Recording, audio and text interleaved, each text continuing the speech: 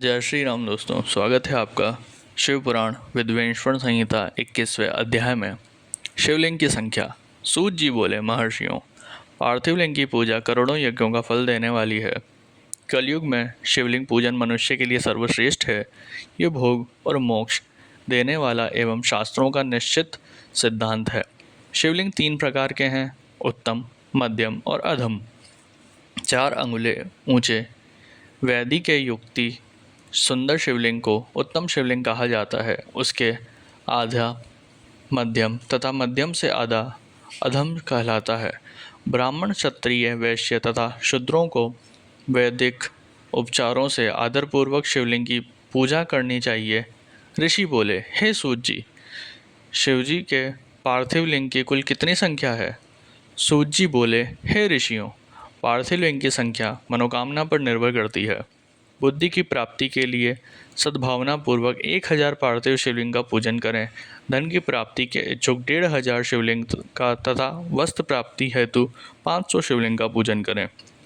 भूमि का इच्छुक 1000, दया भाव चाहने वाला 3000, तीर्थ यात्रा करने की चाह रखने वाले को 2000 तथा मोक्ष प्राप्ति के इच्छुक मनुष्य को 1 करोड़ पार्थिव लिंगों की वेदोक्तिक विधि से पूजा आराधना करें।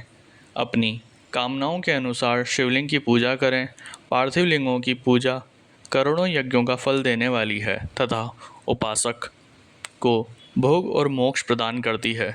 इसके समान कोई और श्रेष्ठ नहीं है, अर्थात यह सर्वश्रेष्ठ है।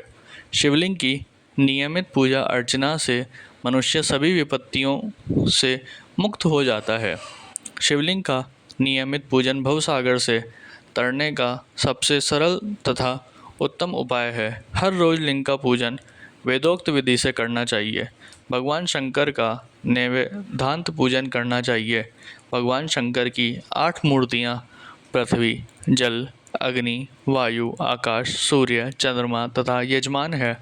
इसके अतिरिक्त शिव, भव, रुद्र, उग्र, भीम, ईश्वर, महादेव तथा पशुपति नामों को भी पूजन करें।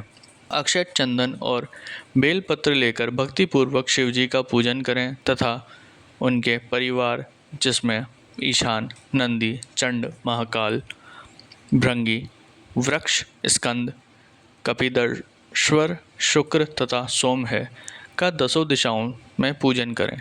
शिवजी के वीरभद्र और कीर्तिमुख के पूजन के पश्चात 11 रुद्रों की पूजा करें। पंचाक्षर मंत्रों का जाप करें तथा शत रुद्रीय और शिव पंचांग का पाठ करें। इसके उपरांत शिवलिंग की परिक्रमा कर शिवलिंग का विसर्जन करें।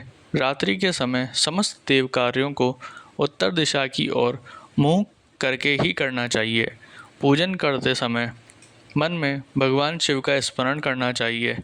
जिस स्थान पर शिवलिंग स्थापित हो वहाँ पर पूर्व, पश्चिम और उत्तर दिशा में न बैठें, क्योंकि पूर्व दिशा भगवान शिव के सामने पड़ती है और इष्ट देव का सामना नहीं रोकना चाहिए। उत्तर दिशा में शक्ति स्वरूपा देवी उमा विराजमान रहती है। पश्चिम दिशा में शिवजी का पीछे का भाग है और पूजा पीछे से नहीं की जा सकती, इसलिए दक्षिण दिशा में उत्तराभिमुख होकर बैठना चाहिए। शिव के उपासक को भस्म से त्रिपुंड लगाकर रुद्राक्ष की माला, बेलपत्र आदि लेकर भगवान का पूजन करना चाहिए। यदि भस्म ना मिले तो मिट्टी से ही त्रिपुंड का निर्माण करके पूजन करना चाहिए।